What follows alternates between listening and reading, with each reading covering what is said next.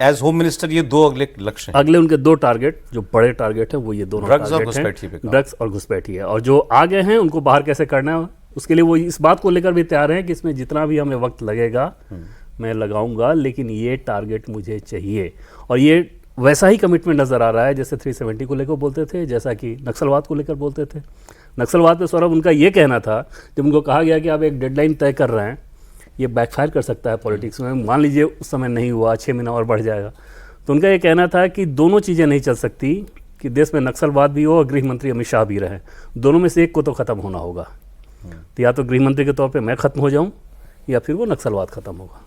और नतीजा क्या रहा? और घुसपैठ में भी घुसपैठ सिर्फ रोकना नहीं, घुसपैठियों को बाहर निकालना दोनों का। उसमें जिस तरीके का वक्त लगेगा, जितनी जटिलता आएंगी, उसके लिए जो कुछ भी चेक करना है वो मैं करूँगा। ठीक है। लेकिन ये 2 एजेंडा नज़र आता है। सर कोई भी बड़ा नेता मतलब वो सिंबलाइज करता है किसी भी चीज़ को। हम लोग कई नेताओं का उदाहरण दे सकते हैं, नरेंद्र मोदी जी का उदाहरण देकर देंगे तो ठीक है भी, एक मॉडर्निटी भी झलकती है, फिर उसके अंदर उन्होंने हिंदुत्व को, परंपराओं को जिस तरीके से संवारा है, जो कुछ किया है, आप बता सकते हैं, वो काम आप कर सकते हैं।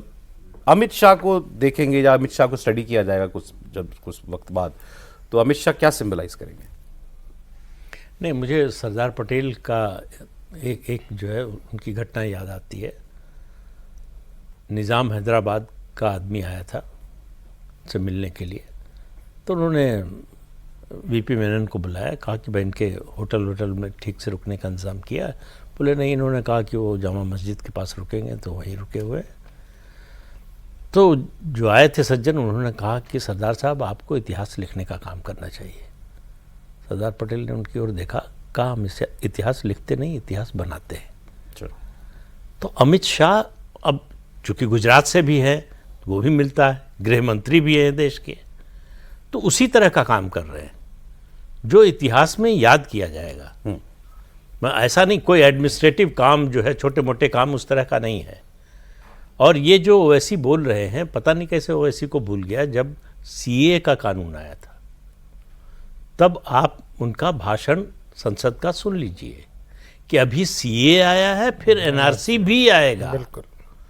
लेकिन पॉलिटिकल एक्सपीडियंसी में उनको प्रधानमंत्री ने एक तरह से जो है कुर्बान कर दिया। 2020 में दिल्ली विधानसभा का चुनाव था, रामलीला मैदान में कुछ दिन बाद रैली होनी थी, उसमें कह दिया प्राइम मिनिस्टर ने कि अभी हमारे सामने एनआरसी का मुद्दा नहीं है। तो एक तरह से उनको अपनी बात से पीछे हटना पड़ा। लेकिन एनआरसी आएगा, अब इसका माहौल तो उनके विरोधियों ने तैयार कर दिया है कि इलेक्शन कमीशन नहीं तय कर सकता कि नागरिकता किसी की। फिर एक छोटा सा बयान जो है कि पासपोर्ट आपकी नागरिकता का प्रमाण नहीं है, तो पूरे देश में हल्ला हो गया कि फिर भाई नागरिकता का प्रमाण क्या है? तो नागरिकता का प्रमाण तो एनआरसी से ही तय हो सकता है। तो एनआरसी का रास्ता तो आपने खोल दिया। और मुझे ये समझ में नहीं आता, जो लोग विरोध करते वो डराने की उसमें कहते हैं कि अमित शाह एनआरसी लाएंगे, जैसे कोई मतलब पाकिस्तानियों को बुला के बिठा देंगे। भाई एनआरसी दुनिया के तमाम देशों में है और किसी भी नागरिक के पास अपनी नागरिकता का प्रमाण होना ही चाहिए। और किसी भी देश को अगर आपको योजनाएं बनानी है, उनको लागू करना है, देश की सुरक्षा के बारे में चिंता करनी है, और हम तो दुश्मनों से घिरे हुए हैं, तो आपको पता होना चाहिए कि आपका असली नागरिक है कौन। ओवैसी का शक सही है? शक नहीं, वो शक क्यों है हमको ये नहीं समझ में आता, ये तो पक्का है। मतलब इसमें कोई ये ऐसा नहीं है कि ओवैसी ने जो है बहुत बड़ा अंदाजा लगा लिया, तीर मार लिया कि ऐसा करने वाले हैं, हमने पता लगा लिया या हमको अंदाजा लग गया है। ये तो नेचुरल जो है कोरोलरी है। अभी तक जो हुआ है, सिटीजनशिप अमेंडमेंट एक्ट आया, एसआईआर आया, उसके बाद जो है ये एनआरसी आना ही है। अगर आपको घुसपैठियों को निकालना, कैसे निकालेंगे?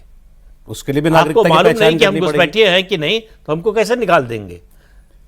तो जो लक्ष्य इन्होंने बताया कि उनका है, हाँ, उसके साथ जुड़ता ही है। उसके लिए जरूरी है, उसका पहला स्टेप है कि पहले मालूम हो कि कौन है नागरिक। आपकी नजर में अमित शाह की सबसे बड़ी अचीवमेंट क्या है टिल डेट? नहीं, अचीवमेंट तो बहुत सारी हैं, लेकिन ये एक भरोसा कि सरकार, मतलब सरकारें जो है रेटरिक बहुत, मतलब भाषणबाजी बहुत करती हैं, हम ये कर देंगे, हम वो कर देंगे, वो उस तरह का काम नहीं करते। जो अचीवेबल है, जिसके बारे में उन्होंने सोच लिया है, तय कर लिया है, जिसके बारे में योजना बना ली है, हम वही काम करेंगे। छोटा सा उदाहरण पहले भी शायद बोला होगा मैंने कि 2013 में उनको प्रभारी बनाया गया उत्तर प्रदेश का। पहली मीटिंग में गए उत्तर प्रदेश के सभी जो वरिष्ठ नेता थे, तो उसमें पूछना शुरू किया कि क्या स्थिति है 2014 में लोकसभा में क्या रहेगा। किसी ने कहा कि ये 3 सीट है, ये जीत जाएंगे हम, ये यहाँ जीत जाएंगे। उन्होंने कहा कि किसी को कोई सीट नहीं जितानी है। आप लोग मुझे ये बताइए कि कौन बूथ कितने जिता सकता है। अब इस तरह की बात किसी ने कभी की ही नहीं थी। बीजेपी के लोगों को भी समझ में नहीं आया कि ये किस तरह की बात कर रहे हैं। और एक लुटियंस दिल्ली के संपादक हैं, जब उनको नियुक्त किया गया, प्रभारी बनाया गया उत्तर प्रदेश का, है सर है नहीं लुटियंस दिल्ली तो उन्होंने लिखा कि अमित शाह को बीजेपी ने उत्तर प्रदेश का प्रभारी बना दिया। उनको क्या मालूम, गुजरात के रहने वाले उत्तर प्रदेश उनको क्या समझ में आएगा। समझा दिया सबको। तो उसके बाद वो 1-1.5 महीने बाद किसी लंच में मिले। अमित शाह उनकी ओर देखा नहीं। 2 बार 3 बार उन्होंने कोशिश की कि ध्यान खींचे, फिर चले गए। कहा लगता है आप नाराज़ हैं। तो कहा आपको क्या लगता है, खुश होना चाहिए।